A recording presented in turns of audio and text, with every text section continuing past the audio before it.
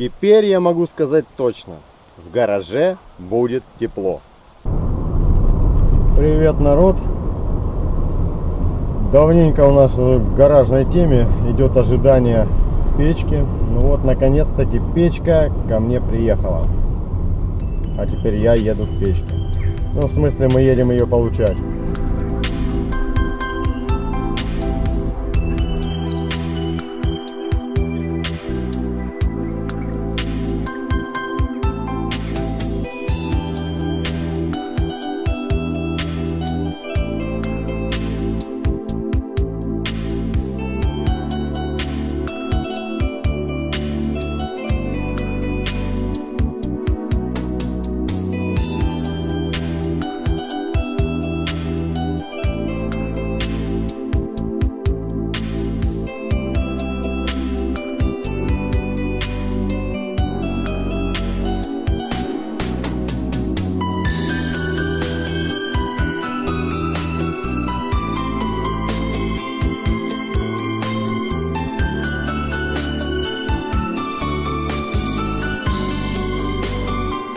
Ну что, вот как я и сказал, ко мне приехала печка.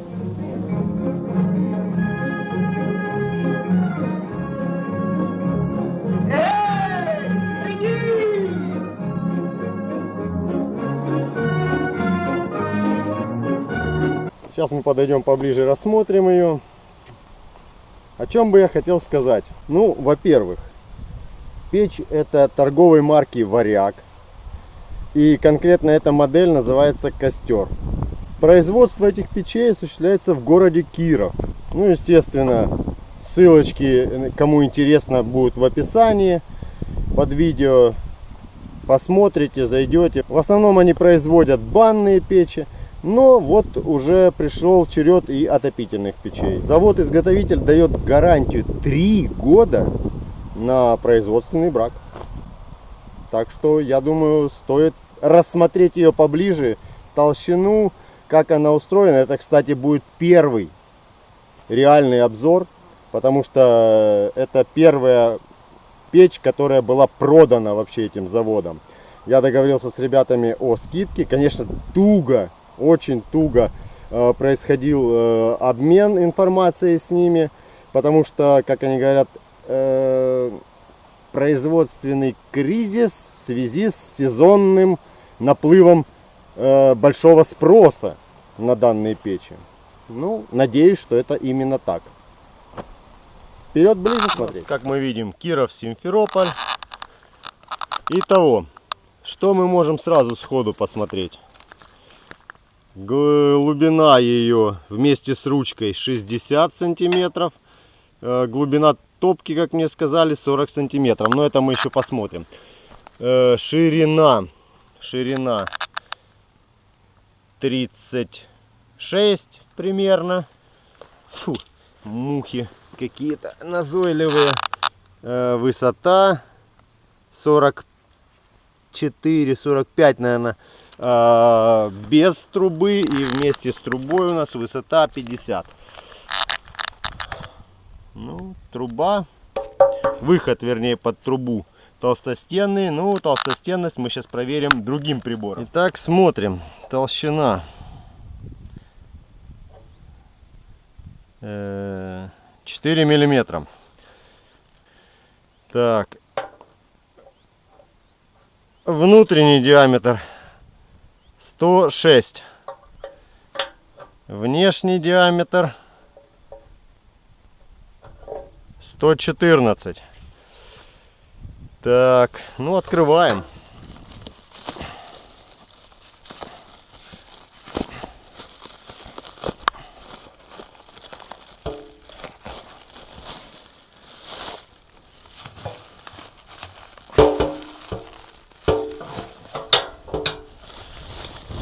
Итого, на лицевой стороне красуется замечательная такая лейбочка, вырезанная, выкованная, не знаю, с надписью, естественно же, «Варяг».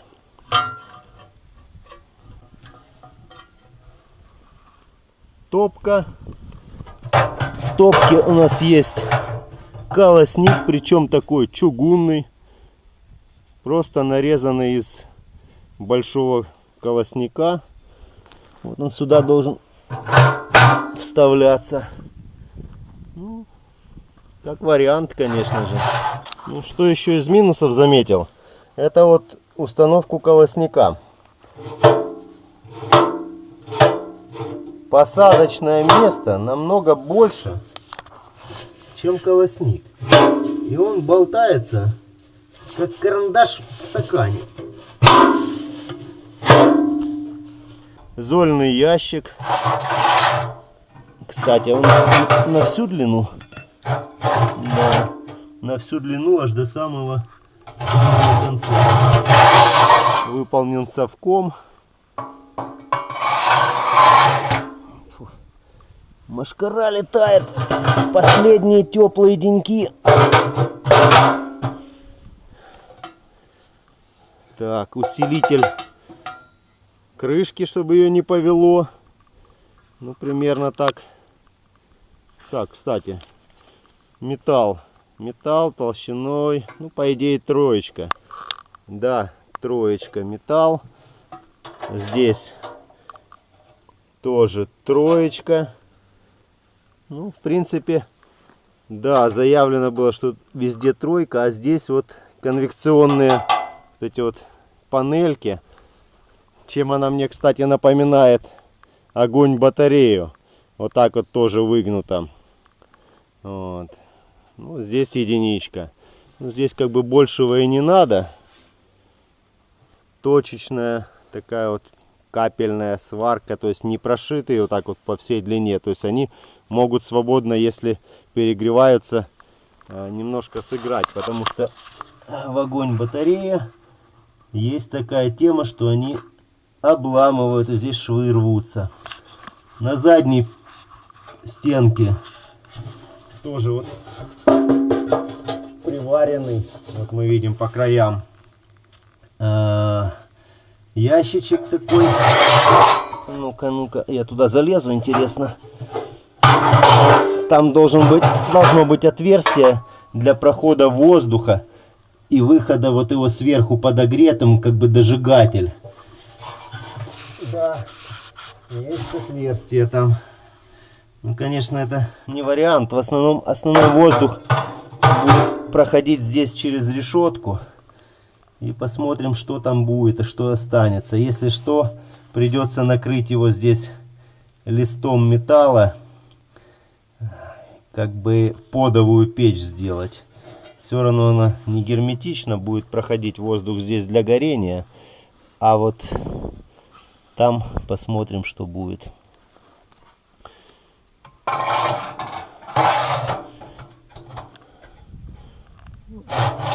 Ящичек, конечно, плотненько закрывается, но не герметично. Опаньки. Ага.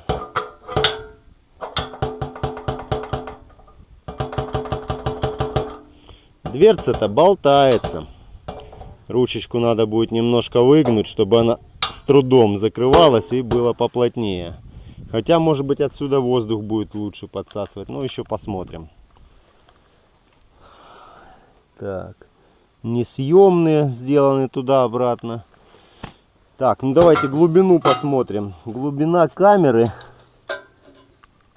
Ух ты. Глубина камеры-то 50. А, стоп, да, 50. Вот это вот, сколько тут, 2,5 сантиметра. И вот они как раз, ну почти 49, наверное, если быть точным.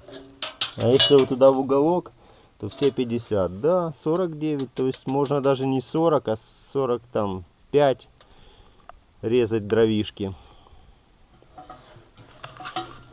Так, что у нас сверху? Отбойничек есть, для того, чтобы пламя не напрямую вылетало, а вот через такой зигзаг.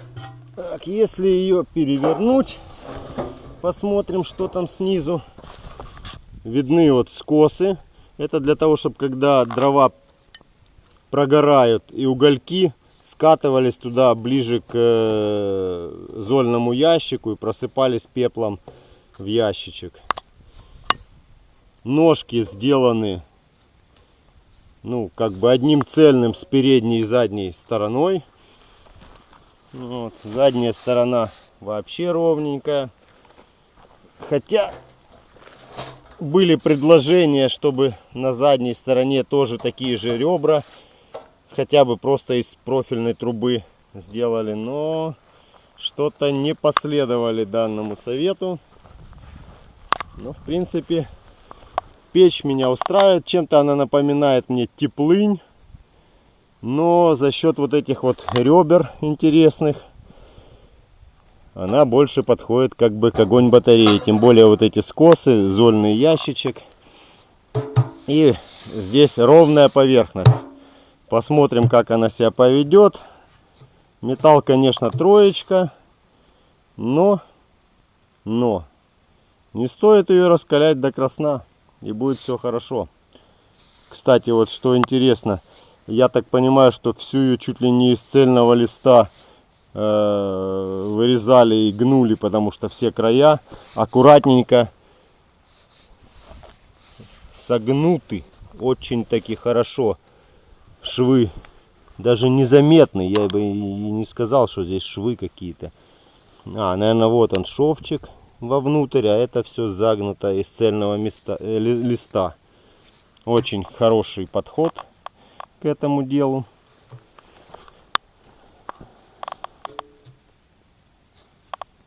Сварщик вроде умеет работать.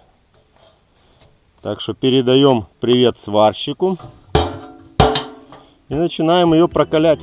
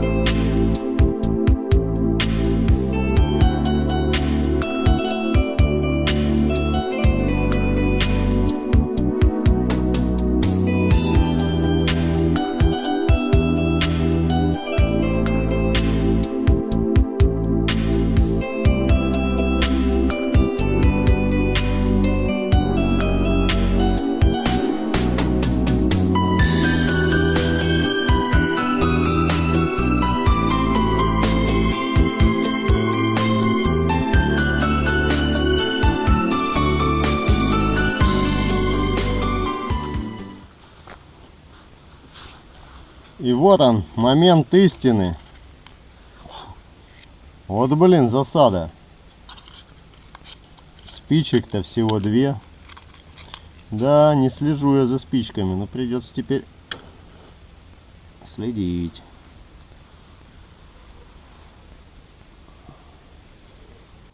И трубу наверх. Диаметр, конечно, непонятно как не соответствует. Но ничего.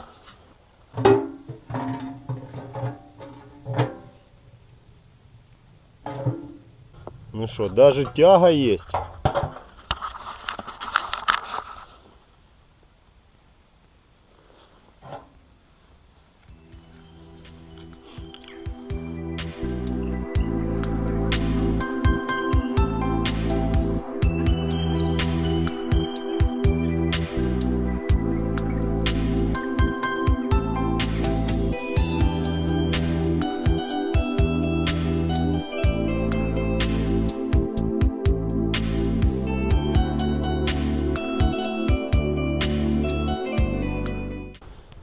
И так как мы уже видим, начинается обгорание краски, производственного масла, в общем, технических.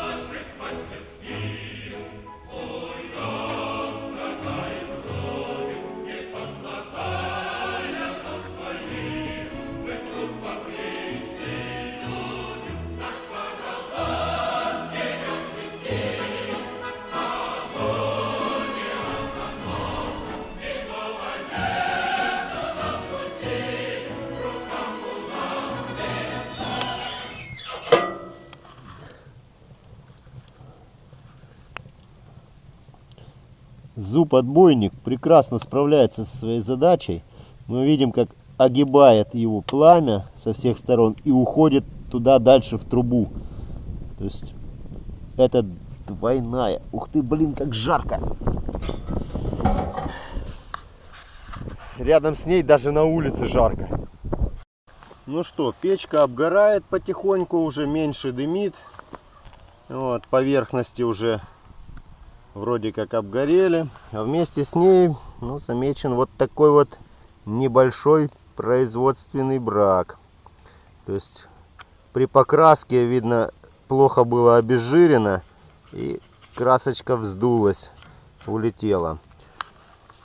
Так вроде бы со всех сторон больше ничего не замечено. Но я вам хочу сказать, что за ту цену, которую хочет завод, а это менее 8000 рублей на конец 2021 года, то есть 7500 за такую печь конвекционную, которая 50 кубических метров может обогреть, я думаю, это просто бомба.